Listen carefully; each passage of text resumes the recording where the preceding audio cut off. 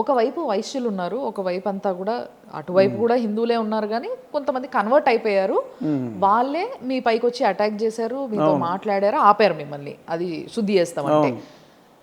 కానీ ఆ టైం వరకు కూడా వెయిట్ చేయాల్సిన అవసరం లేకుండా ఎన్నోసార్లు కంప్లైంట్ ఇవ్వడం జరుగుంటుంది. డెఫినెట్గా ప్రజలు ఏదైనా జరుగుతున్నప్పుడు ఎవరు ఒకరు కాకపోతే ఒకరు, అంతమంది వైశ్యులు ఉన్నప్పుడు ఎవరో ఒకరు కంప్లైంట్ ఇచ్చుంటారు ఆటోమేటిక్గా. అది ఎప్పుడు ఏ గవర్నమెంట్ ఉన్నప్పుడు కూడా అసలు దృష్టికి రాలేదా ఈ ఇష్యూ? మరి అదే ఆశ్చర్యం. అక్కడ ఒక భయపెట్టారు వీళ్ళు. ఎన్ని సంవత్సరాల నుంచి అట్లా ఉంది సార్ ఆ గుడి? 10 years. 10 years నుంచి ఉంది అట్లీస్ట్. ఓకే, ఇంకా ముందు నుంచి ఉందా లేకపోతే ఓన్లీ 10 years ఏనా లాస్ట్ గవర్నమెంట్లో? ఇన్యాక్టివ్గానా? అట్లా చెత్త వేసి చెత్త మరి ఎప్పుడు వేశారో, బట్ ఇన్యాక్టివ్గా అయితే ఆల్మోస్ట్ ఎప్పుడైతే అక్కడ కొంచెం క్రిస్టియన్స్ ఎక్కువైపోయారో they started attacking Vaishyas. They were not allowing them. Okay. So వీళ్ళేదో ఒక రామనవమికి మటుకు వెళ్ళి ఏదో కొంచెం తుడిసి వడపప్పు పానకం వరకు చేసుకుంటున్నారు ఒక్క శ్రీరామనవమి రోజు. ఆ చెత్తలోనే అంటే వాళ్ళు ఏదో ఉన్నంతలో క్లీన్ చేసుకుని. ఓకే. సో లాస్ట్ శ్రీరామనవమి తర్వాత I think perhaps they started dumping డెలిబరేట్గా చెత్త. ఆ విగ్రహాలు అలాగే ఉండి విగ్రహాల చుట్టూ అవును డంపింగ్ యార్డ్ లాగా చూసాం మేము విజువల్. యాక్చువల్గా మొత్తం అసలు శ్రీరామచంద్రుడి చుట్టే ఉంది అంత చెత్త అంతా కూడా అక్కడ. సో అంత దారుణంగా తయారైంది అది.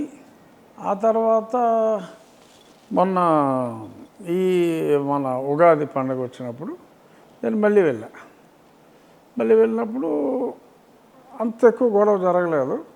నేను అప్పుడు కూడా రీఇటరేట్ చేశా, మళ్ళీ శ్రీరామనవమికి అయితే మనం పానకం అంత ఇవ్వాలి. ఇక్కడ వాళ్ళు అడిగారు, మరి గతంలో ఎప్పుడు శ్రీరామనవమికి వచ్చేవాళ్ళు, ఈసారి భయపడుతున్నారు, వాళ్ళని ఏదో భయపెట్టారు, నేను వస్తాను అని చెప్పడం జరిగింది. సో దాంతో నాకు తెలిసింది ముందు రోజు రామనవమి 27 అయితే 26 సాయంత్రమే బయట నుంచి చాలామంది వచ్చి, అందులో 50-60 మంది బయట నుంచి వచ్చి కొన్ని ఇళ్లలో మారణాయుధాలతోటి టెస్ట్ వేశారు. సో దీని వెనక I got almost reliable information, తొందరలో ప్రూవ్ అవుతుంది. పివి సునీల్ కుమార్ ఉన్నాడు దీని వెనక, ఆ ఆగంతకుల వెనక.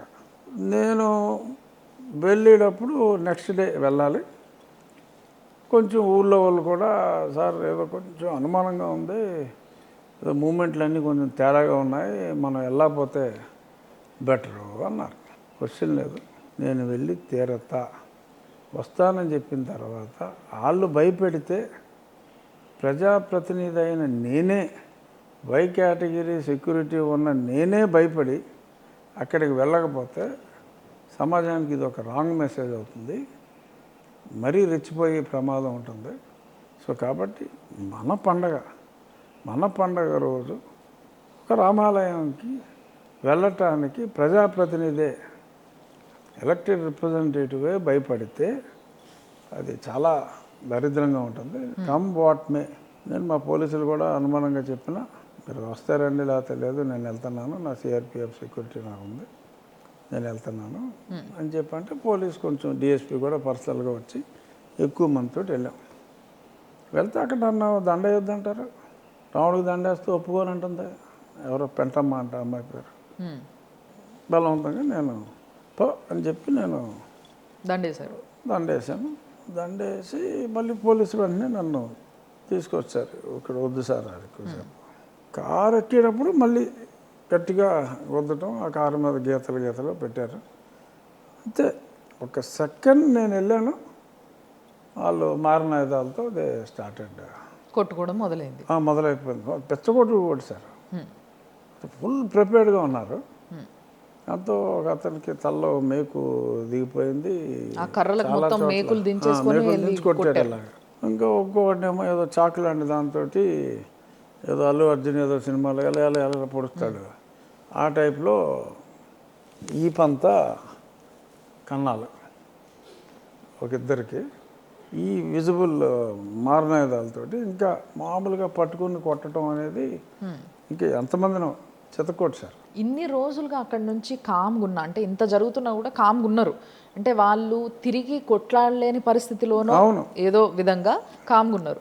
మీ ధైర్యం చూసుకొని వాళ్ళు ముందుకొచ్చి పూజలు చేయడము పండగలు చేయడం మొదలుపెట్టిండ్రు. ఎప్పుడైతే మరి మీరు వదిలేసి వచ్చేసిండ్రు, వాళ్ళ గత ఏమో అట్లా అయిపోయింది, అన్ని దెబ్బలు తిన్నారు వాళ్ళు.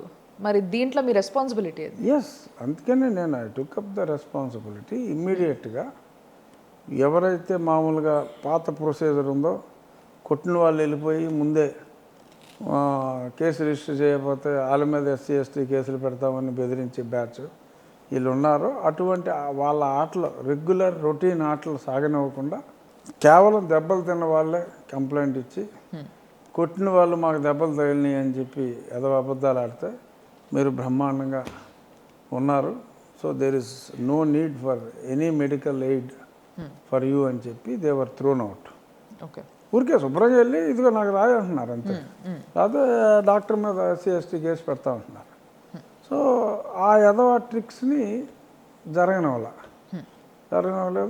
కంప్లైంట్ ఇచ్చి డీజీ గారితో అందరితోటి అరెస్ట్ చేశారా మరి వాళ్ళందరినీ కూడా?